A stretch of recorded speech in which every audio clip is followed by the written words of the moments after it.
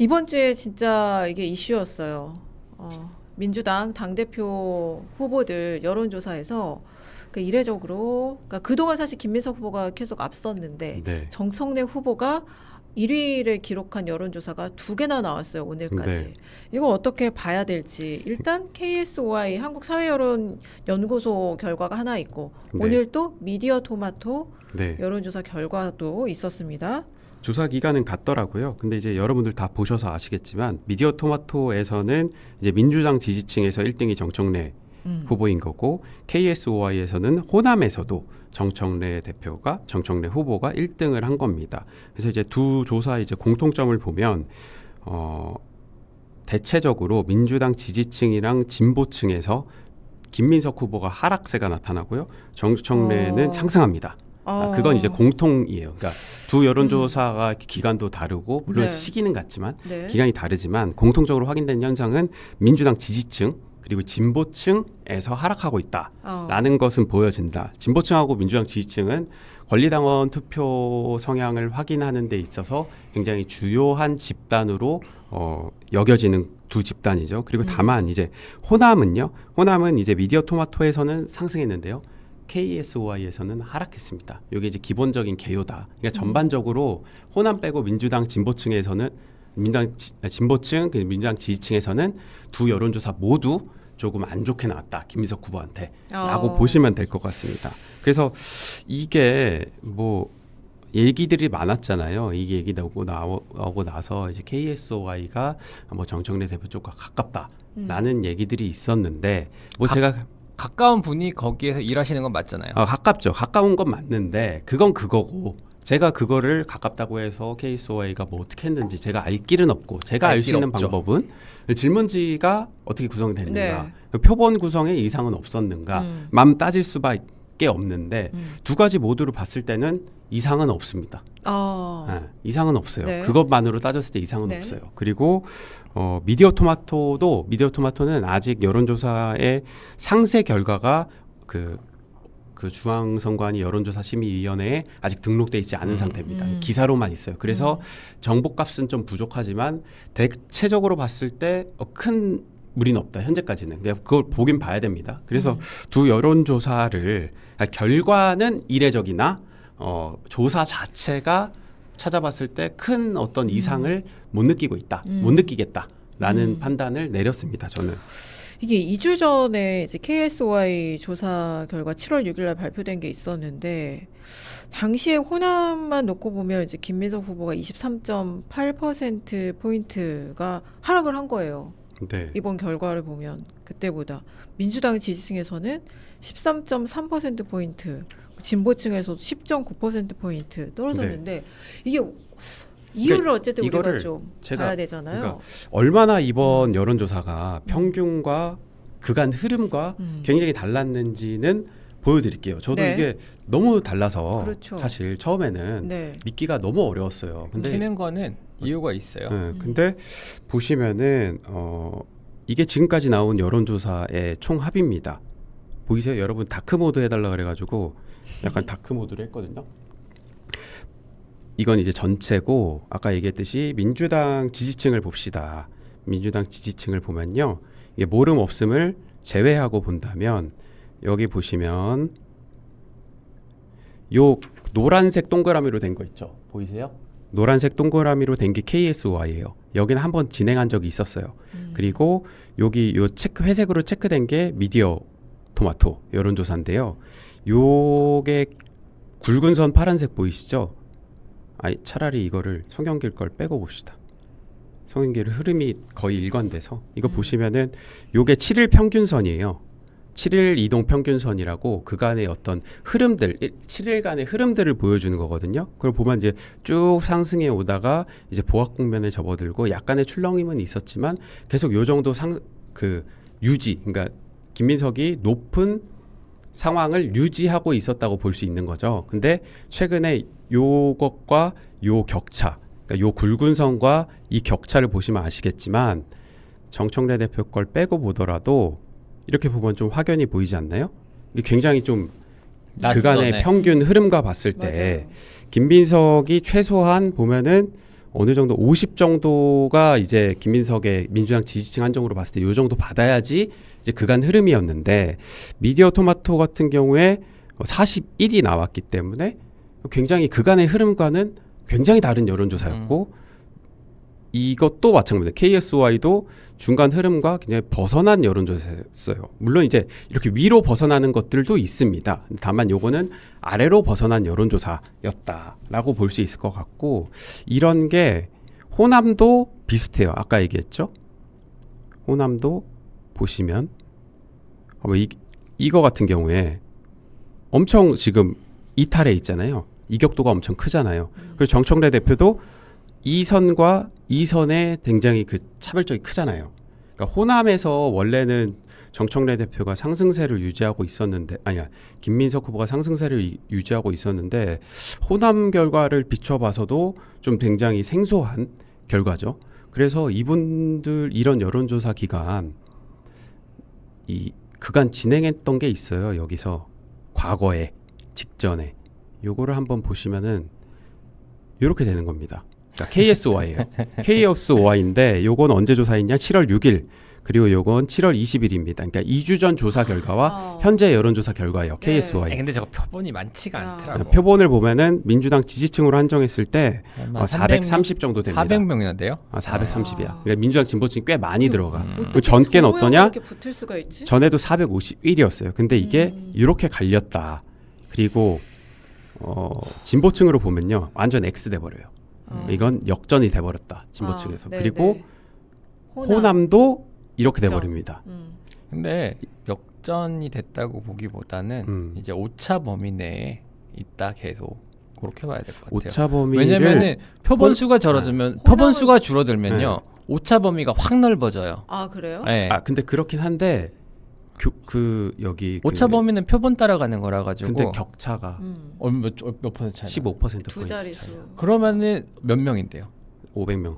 500명. 요거는 호남 KSY는 95명입니다. 90. 그래서 도영 기자가 얘기가 맞을 95 수 있어요. 예요? 맞아요.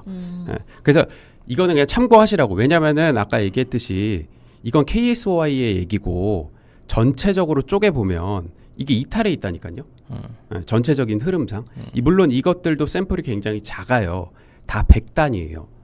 100단위긴 한데 100단위로 봤을 때도 이게 누적된 결과들에 비추어 봤을 때 좀 어긋난다라고 네. 볼 수가 있고 미디어 토마토도 마찬가지입니다. 미디어 네. 토마토도 이렇게 이거 호남인데요. 아까 얘기했듯이 미디어 토마토는 호남이 올라가는 추세였고 아까 얘기했듯이 진보층하고 민주당 지지층은 엇갈립니다. 근데 중요한 건 이제 추세잖아요. 여론조사는. 근데 이 아, 추세가 계속 이어질 것이냐.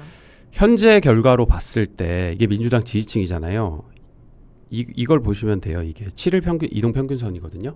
이게 지금 하락하는 추세고 여기는 올라오는 추세잖아요. 이게 두 결과가 반영됐기 때문에 이렇게 되는 것인데 앞으로 나올 여론조사들을 정말 유심히 봐야지 될 것 같은데 현재로서는 이 두 여론조사 기관을 제가 객관적인 증거 없이 무시할 수는 없어요. 네. 그렇기 때문에 현재 이 결과를 받아들인다면 물론 지금과의 흐름과는 튄 여론조사다. 하지만 정청래가 어느 정도 상승세를 타고 있고 김민석은 고점을 찍고 내려오고 있다는 것은 이 여론조사로 아니 근데 나는 조금 생각이 다른 게 네. 같은 여론조사 기관이 있긴 있죠. 그래서 거기서 이제 KSOY 여론조사에서는 이제 흐름상 김민석 후보는 내려가고 정청래 후보 올라간다. 여기까지는 오케이인데 이제 뭐 전체적으로 이렇게 다른 여론조사들을 갖다가 그렇게 하는 건 저는 조금 안 맞는 것 같고 특히나 호남만 따로 뽑는 게 위험한 게 호남이 전국 인구에 차지하는 비율이 10% 정도이기 때문에 1000명 샘플 여론조사에서 늘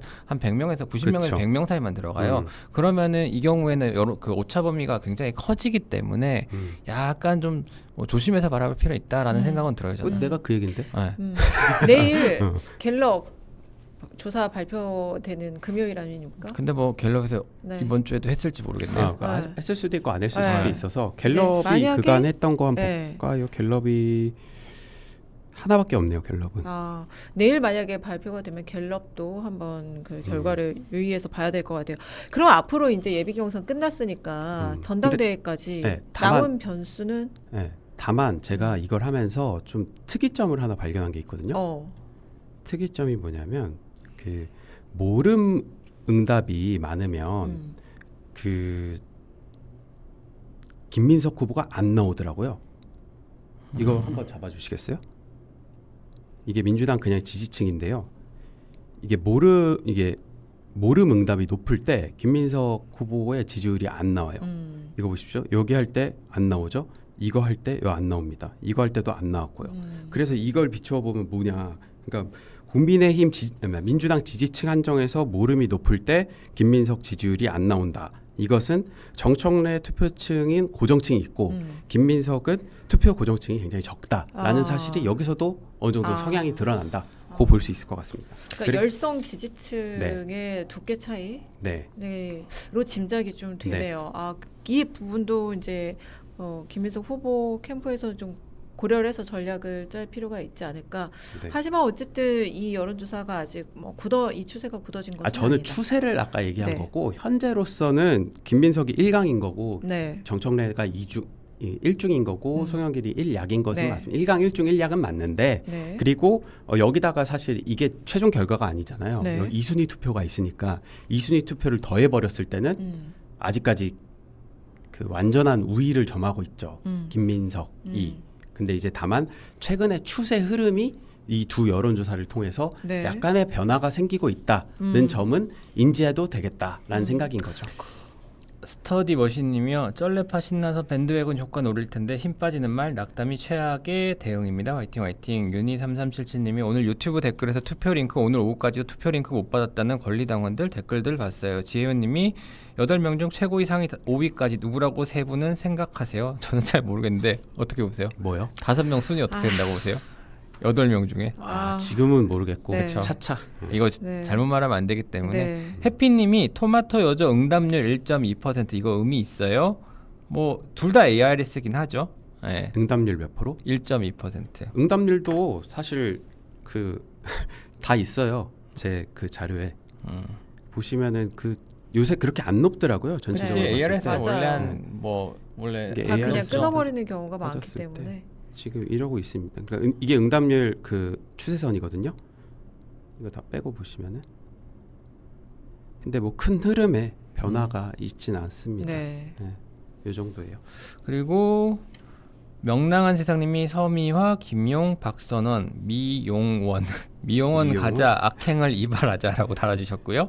HJ님이 본선 서미화, 김용으로 간다. 가보자고 메밀이 아버지 태닝했나요? 6트째 대답. 저 좀 달리기를 해가지고 저 빨리 타거든요. 예. 그래갖고 탄 것 이걸 같습니다. 알아보시네. 그다음에 901223님이 저런 결과들 볼 때마다 너무 현타도 크고 무력감도 듭니다. 이쯤 되면 제가 민주당 주 정서와 안 맞는 사람인 것인지 민주당 하는 짓도 하나도 마음에 안 들고 이해도 안 되고 뉴스 볼 때마다 매일매일 탈당하고 싶은 마음 꾹 참고 있는데 참 힘드네요라고 남겨주셨습니다. 그러니까 향후 본경선에서는 이제 투표율 중요할 것 같고 그 선호 투표 3위 후보의 2위 표가 굉장히 중요할 것 같네요. 그러니까 그래서- 투표를 많이 해야 네. 돼요. 네. 투표를 많이 하면 결과가 또 달라져요. 그리고 이제 이 국면에서 김민석 후보가 계속 이제 신천지 의혹을 제기를 네. 하고 있잖아요. 네. 이 근거를 이제 하나씩 밝히겠다 이렇게 얘기를 네. 하고 있고 또 신천지 특검이 무산된 과정도 봐야 된다 네. 이런 얘기도 하고 있고 근데 이 음. 의혹을 왜 이렇게 계속 제기하고 있는 건지 이거는 결론적으로 네. 그 김민석 후보가 제일 잘하는 거 있죠. 김빼기. 음. 그 김빼기를 제일 잘하잖아요. 그것처럼 신천지를 향한 전 경고성 메시지다라고 해석하는 게 가장 좋을 것 같고 기본적으로 결론부터 얘기하면 국민의힘에도 지금 이만희가 저기 구속이 됐나요? 구속이 됐죠. 그러니까 그것처럼 그때 밝혀진 게 그 신천지에서 뭐 전대, 국민의힘 전대 그리고 총선, 대선, 뭐 경선, 뭐 지선 뭐 이런 거 있을 때마다 집단적으로 뭔가 영향력을 발휘하기 위해서 그 참여를 했던 것 같아요. 개입을 해왔던 것 같아. 근데 그러한 비슷한 정황 같은 것들을 김민석 후보가 갖고 있는 게 아닌가. 그러니까 이번 전대를 얘기하는 게 아닙니다. 그러니까 그 사람들은 과거에도 그렇게 계속 해왔는데 과연 민주당에는 안 넣었을까? 국민의힘에만 했을까? 그거는 맞지가 않죠. 같은 내가 만약에 그 신천지의 그 조직을 담당하는 사람이라면 국민의힘에만 하는 건 좀 멍청한 일 아닌가? 양쪽에 하는 게 지령을 내리기도 더 편하고, 그러니까 이들의 목적은 자신들의 영향력을 확대하기 위해서 이렇게 개입하는 할 수 있다는 거죠. 그게 이제 국민의힘의 라인은 밝혀진 거고 이쪽은 모르는 건데 이게 과연 없었을까? 그리고 이제 전대가 시작되면 아까 얘기했듯이 투표율이 50%면요. 권리당원이 75만 명 정도가 투표한다는 건데 국민의힘에서 지금 들어간 게 밝혀진 게 5만 거의 6만 명 되는 거잖아요. 그럼 거의 10%는 좀 안 되지만 엄청난 영향력을 발휘할 수가 있거든요. 그러다 보니까 그걸 이제 우려해서 얘기를 한 것 같아요. 신천지가 어떤 정치 성향에 따라서 그렇게 하지는 않았을 것 같고 사이비 종교에는 여야가 없습니다. 네, 권력의 중심부 그러니까 거기는 이제 민원 접근하는 게 해결이라든지 목적이니까. 뭐 네. 이제 뭐 교회 앞에 어떻게 한다든지 뭐 교회 어떻게 새 확장을 위해서 그렇죠. 정치를 활용해야 될 필요성들이 있다 보니까 양쪽에 넣어두지 않았을까. 그리고 그런 거에 대한 어느 정도의 뭐 증거를 갖고 있지 않았을까라는 생각이 드는데. 그리고 사이비- 지금은 민주당이 여당이기 음. 때문에 네. 사이비 공을 종교는 들었을 아니지만, 것이다. 예, 네. 사이비 종교는 아니지만 통일교 같은 경우에는 사실은 그 북한이랑 그 예전에는 그 휴민트가 잘 돼 있었어요. 인적으로 그게 대단히 잘 구축이 돼 있어가지고 정권에서 도움을 구하는 경우도 많았고 특히나 이제 DJ 대북 사업할 때 통일교에서 많은 도움을 줬다고 제가 들었거든요. 그러니까 이제 어쨌든 종교는 여야를 가리지 않는다라고 네. 말씀드리고 싶습니다. 그런데 이제 팀 정청래로 네. 일컬어지는 최고위원 후보들이 공동으로 기자회견을 해서 네. 여러 가지 주장을 하고 있고 사퇴해라, 뭐 이렇게 김민석 얘기를 후보를 하고 향해서 있죠. 왜 사퇴하라고 하고 네. 있는 거죠? 근데 그분들은 이제 음모론이다. 왜 우리 정당을 뭐 위헌 정당을 만들려고 하냐. 뭐 이런 거예요. 근데 김민석이 이런 게 있죠. 그러니까 지난번에 계엄 얘기를 했을 때 윤석열 정부가 계엄을 할 거다. 그때 제가 비판 기사를 썼어요. 왜 비판 기사를 썼냐? 물론 이제 정황 근거는 있을 수 있겠으나 정부를 이제 계엄을 할 것이다. 라고 하면서 흔드는 일이기 때문에 이거는 좀 아닌 것 같다라고 했어요. 대상이 이제 정부기 때문에. 그리고 정부가 계엄이라는 건 너무나 오래전 얘기고 이게 말이 안 되는 거라서. 근데 신천지를 대상으로 하는 거잖아요, 지금. 신천지를 대상으로 하는 거고 그들은 국힘에서 그런 전력이 있는 상황이에요. 그렇다면 이 문제 제기에 비판하시는 분들이 있는데 사실 왜 비판을 하지? 있을 수 있잖아요. 우려하는 거잖아요, 지금. 그렇다면 이걸 이제 개선해야 되는 건데 그냥 저는 사실 대응을 안 해도 된다고 보거든요. 근데 이제 여기에 대해서 팀 정청래는 스크럼을 짜고 대응을 하는 건데 네. 이걸 이제 전선을 만든 것 같아요. 전략적으로 봤을 때는 이 전략을 짜고 야 김민석 너 왜 우리한테 이런 프레임을 씌우는 거야? 그렇게 김민석은 얘기하지 않았지만 그렇게 씌우면서 우리가 지금 쟤네한테 공격을 당하고 있다라고 하면서 결집하려는 욕구를 만들고 그리고 이제 전선을 하나 치는 거죠. 신천지에다가. 그런 면을 고려하자면은 저는 신천지 의혹을 제기할 수 있다고 보거든요. 그리고 이게 만약에 사실이라면 문제를 반드시 해결해야 된다고 생각하는데 김민석이 지금 판에서 보여줄 수 있는 장점이 신천지 의혹인가? 라는 걸 생각하면 조금 아쉽다. 왜냐하면은 정청래 대표한테 그 정견 발표에서 했듯이 질문을 7개인가 8개 던졌잖아요.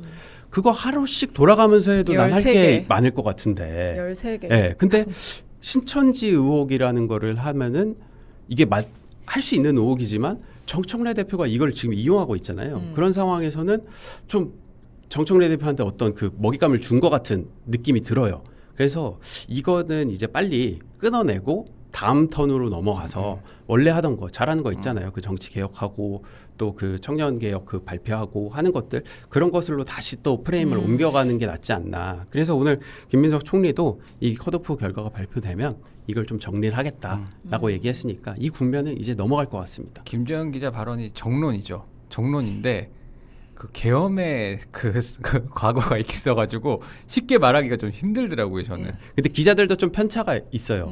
그 계엄 때 김민석을 욕해 본 기자는 이번 사안에 있어서 김민석 욕을 못합니다. 근데 이제 새로 들어온 기자들이 있잖아요. 그럼 이거 무슨 소리야 하면서 막 이렇게 할 수도 있는데, 근데 이제 문제 제기, 그러니까 계엄을 그 당시 김민석을 비판했던 말건 떠나가지고, 그러니까 문제 제기의 본질이 무엇인가, 그러니까 정부를 흔드는 것이잖아요. 계엄은. 그래서 그걸 이제 비판할 수 있는데 이건 신천지가 과거 국민에서 개입한 전력이 있는 상황에서 민주당도 들어오지 않으리란 보장은 없고 이런 상황에서 이런 이중당적자들을 막아야 된다. 신천지의 개입을 차단해야 된다라고 얘기하는 게 정청래 너가 그 신천지 도움 받았지 이 얘기를 하자고 싶은 게 아니에요. 근데 이제 그쪽은 스크럼을 짜면서 정치 쟁점화하는 건데 이게 정청래 대표 쪽에 유리할 것 같긴 하다. 그런 점에 있어서 빨리 털고 네. 다음 주제로 자신 잘할 수 있는 걸로 넘어가는 게 좋지 않을까. 그렇습니다. 네. 캔니 비다님이요. 이태리 파스타 형님 민주당 전대